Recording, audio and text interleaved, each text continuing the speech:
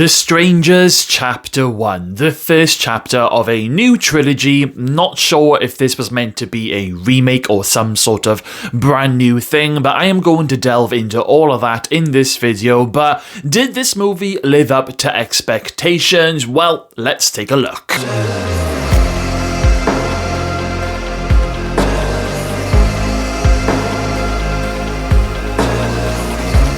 Welcome back to Craig's Horror House, the channel where I talk everything horror. If this is your first time here, then please don't forget to hit that like, share and subscribe button. I was able to watch The Strangers Chapter 1 yesterday, and I gotta be honest, I went into this movie completely blind. I didn't watch any trailers for it. The original Strangers was never really a movie that I was ever obsessed with. I did appreciate it, but you know, it just wasn't really one of my favorite horror movies. I haven't really gone back and rewatched the original many times over the years. However, I did like the original. Now, The Strangers Chapter 1 is a brand new take on the movie, and it's gonna be basically part of this trilogy. Now, at the end of this movie, it did come up with the message to be continued. This movie has absolutely nothing to do with the original movie. It's kind of like, it's not a remake, but it's kind of like a fresh take.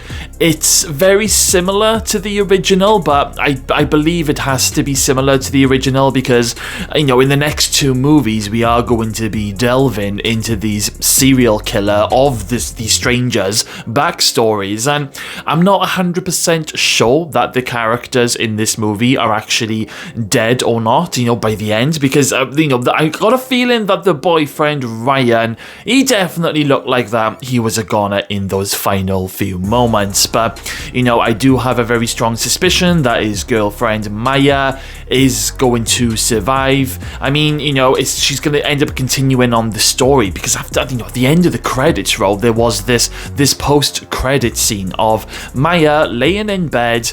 I'm not sure if she's in her bedroom or in a hospital bed, nor do I know when this post-credit scene actually physically takes place. I'm assuming it does happen after, you know, of what's happened in this movie. We end up seeing the big masked killer, you know, stranger in a bed behind her.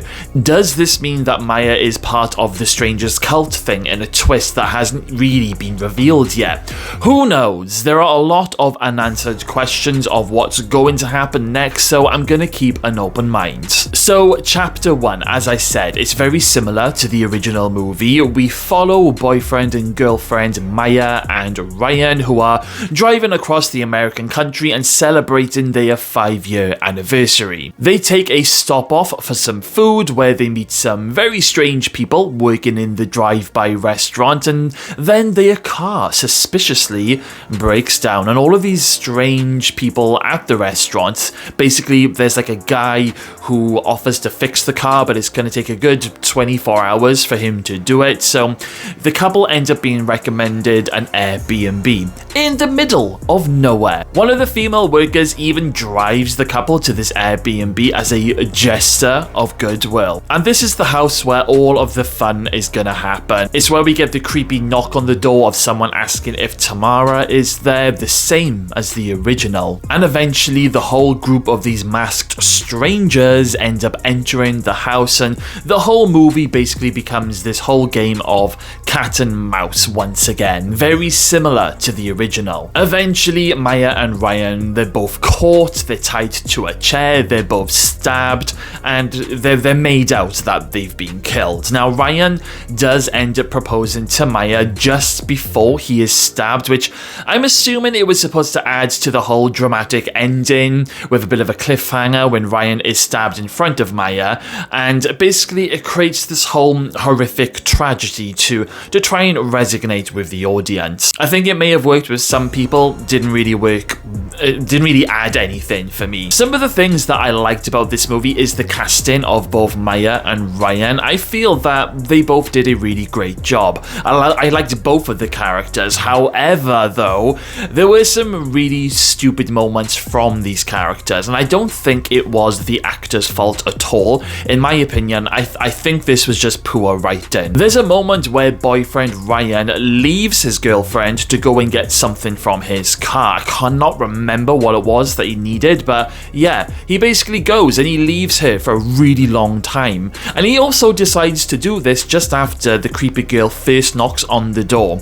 So Maya is left on her own in the middle of nowhere for quite a long period of time. Surely Ryan would have taken Maya with him. Like, he wouldn't even take no for an answer. Surely it would have made sense to stick together, especially as, you know, Ryan even thinks that this whole thing of the car breaking down and then the Airbnb is a whole scam. He mentions it much earlier on in the movie. So why would you leave your girlfriend alone? There were a few moments like this that happened throughout the movie, and when you end up thinking to yourself, they just wouldn't have done that. That wouldn't happen. It's just stupid. Certain parts of the movie are just written like that to, well, in my opinion, to create a jump scare, or to make the audience get ready for a jump scare or feel uncomfortable during a dark scene.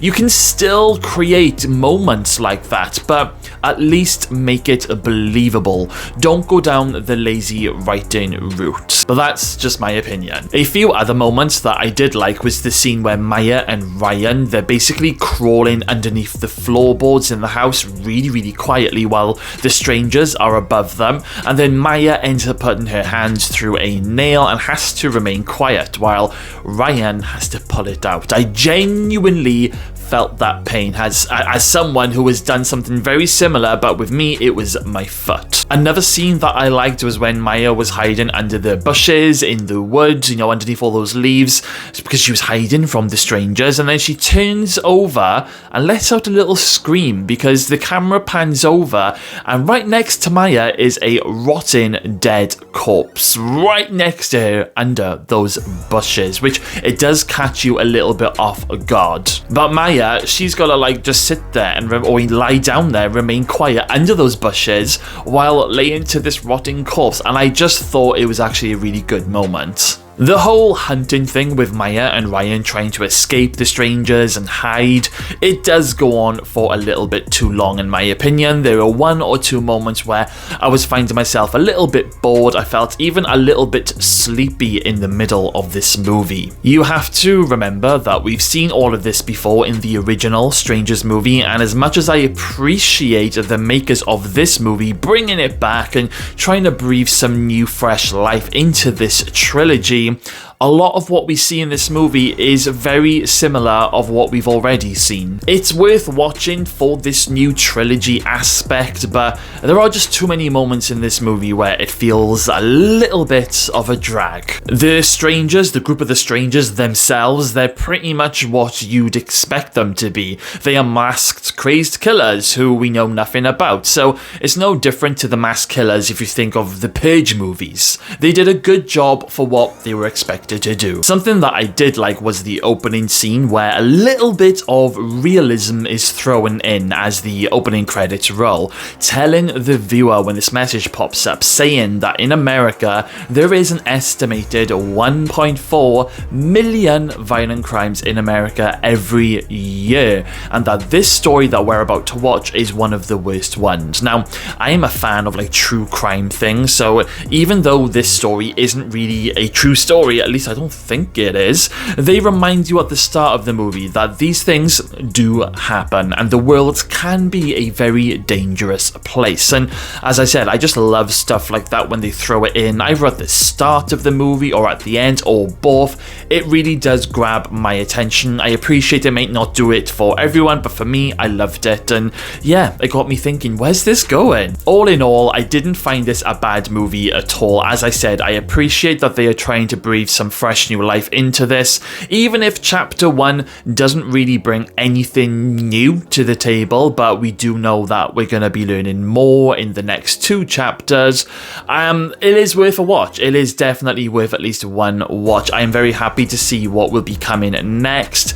Will I be rushing to rewatch chapter 1? Probably not. I can remember pretty much most of the things that happen. I don't think I need to rewatch it to refresh my memory at all, but in my honest opinion, it is worth at least one watch. I've been over to good old IMDb and seen that this movie does have a lot of bad reviews, but guys, don't let that put you off. Go in with an open mind and enjoy the ride is what I say. I am going to rate The Strangers Chapter 1 a 5.5 out of 10, and this rating could change and go up depending on what happens in the next 2 movies. But let's hear some of your thoughts now. What do you guys think of this movie? Did you love it, or did you hate it, or did you just think the movie was a little bit pointless?